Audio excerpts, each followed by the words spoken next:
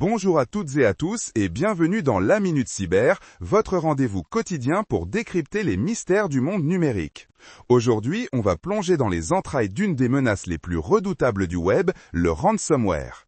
Et pour m'aider à éclaircir ce sujet complexe, j'ai le plaisir d'accueillir Sophie, notre experte en cybersécurité. Salut Sophie! Salut Jérémy, ravi d'être là pour démystifier le cycle de vie de ces petites bêtes numériques. Petite bête, c'est le mot. Pour commencer Sophie, pour ceux qui nous rejoignent et qui ne sont pas familiers, qu'est-ce qu'un ransomware exactement et quel est son objectif principal? Excellente question Jérémy. Imaginez un cambrioleur qui, au lieu de voler vos objets, prend possession de toutes vos portes et fenêtres, les verrouille à double tour et vous demande une rançon pour vous donner les clés. C'est ça, un ransomware. C'est un type de logiciel malveillant qui chiffre les données sur votre ordinateur ou votre réseau, les rendant inaccessibles. Son objectif? Simple, extorquer de l'argent à la victime en échange de la clé de déchiffrement. Ah, la fameuse rançon numérique. Mais comment ces cambrioleurs arrivent-ils à entrer dans nos systèmes? C'est la première phase, l'infiltration, n'est-ce pas? Exactement, c'est le pied dans la porte. Les méthodes sont variées, mais les plus courantes sont le phishing, ces fameux emails piégés qui vous incitent à cliquer sur un lien malveillant ou à ouvrir une pièce jointe vérolée. Ensuite, on a les vulnérabilités logicielles, des failles de sécurité non corrigées dans des programmes ou systèmes d'exploitation. Sans oublier les téléchargements depuis des sites non fiables ou même des publicités malveillantes, les malvertising. Donc un peu comme un virus de la grippe qui trouve une brèche dans nos défenses immunitaires. Une fois à l'intérieur, que se passe-t-il? Il ne se contente pas de rester dans un coin, j'imagine. Non, pas du tout. Une fois infiltré, le ransomware ne reste pas sagement là où il est tombé. C'est la phase d'exploration et de propagation. Il va chercher à se déplacer latéralement dans le réseau, à identifier d'autres machines, des serveurs, des partages de fichiers. Il veut maximiser son impact. C'est un peu comme un explorateur qui cartographie le terrain pour savoir où planter ses drapeaux.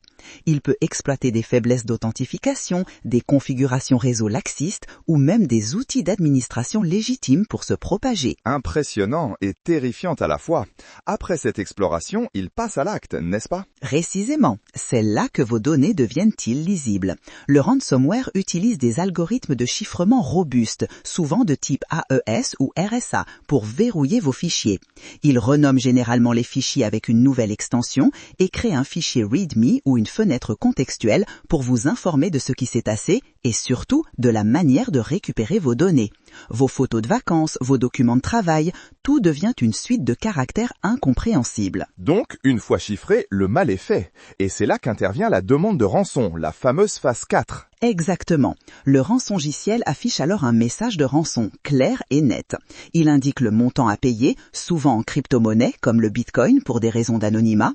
Il précise aussi un délai, souvent court, pour augmenter la pression et menace d'augmenter le prix ou de supprimer définitivement les données si la rançon n'est pas payée à temps. Parfois, il y a même un service client pour vous aider à payer. Un service client pour le crime, on aura tout vu. Et que se passe-t-il si l'on paie ou si l'on ne peut pas? C'est la dernière phase du cycle. Alors, si vous payez, il n'y a aucune garantie que vous récupériez vos données. Certains cybercriminels sont des honorables voleurs et vous donnent la clé, d'autres disparaissent avec l'argent. De plus, payer encourage le modèle économique des attaquants. Si vous ne payez pas, il faut avoir de bonnes sauvegardes pour restaurer vos données. Sans sauvegarde, la perte de données est quasi certaine. C'est un dilemme terrible pour les victimes.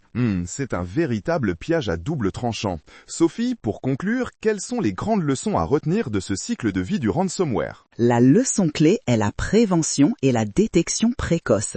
Comprendre comment le ransomware opère permet de mieux se défendre. Mettez à jour vos systèmes et logiciels. Utilisez des antivirus robustes. Soyez extrêmement vigilants avec les emails et les liens inconnus. Et surtout, ayez des sauvegardes régulières et hors ligne. C'est votre bouclier ultime.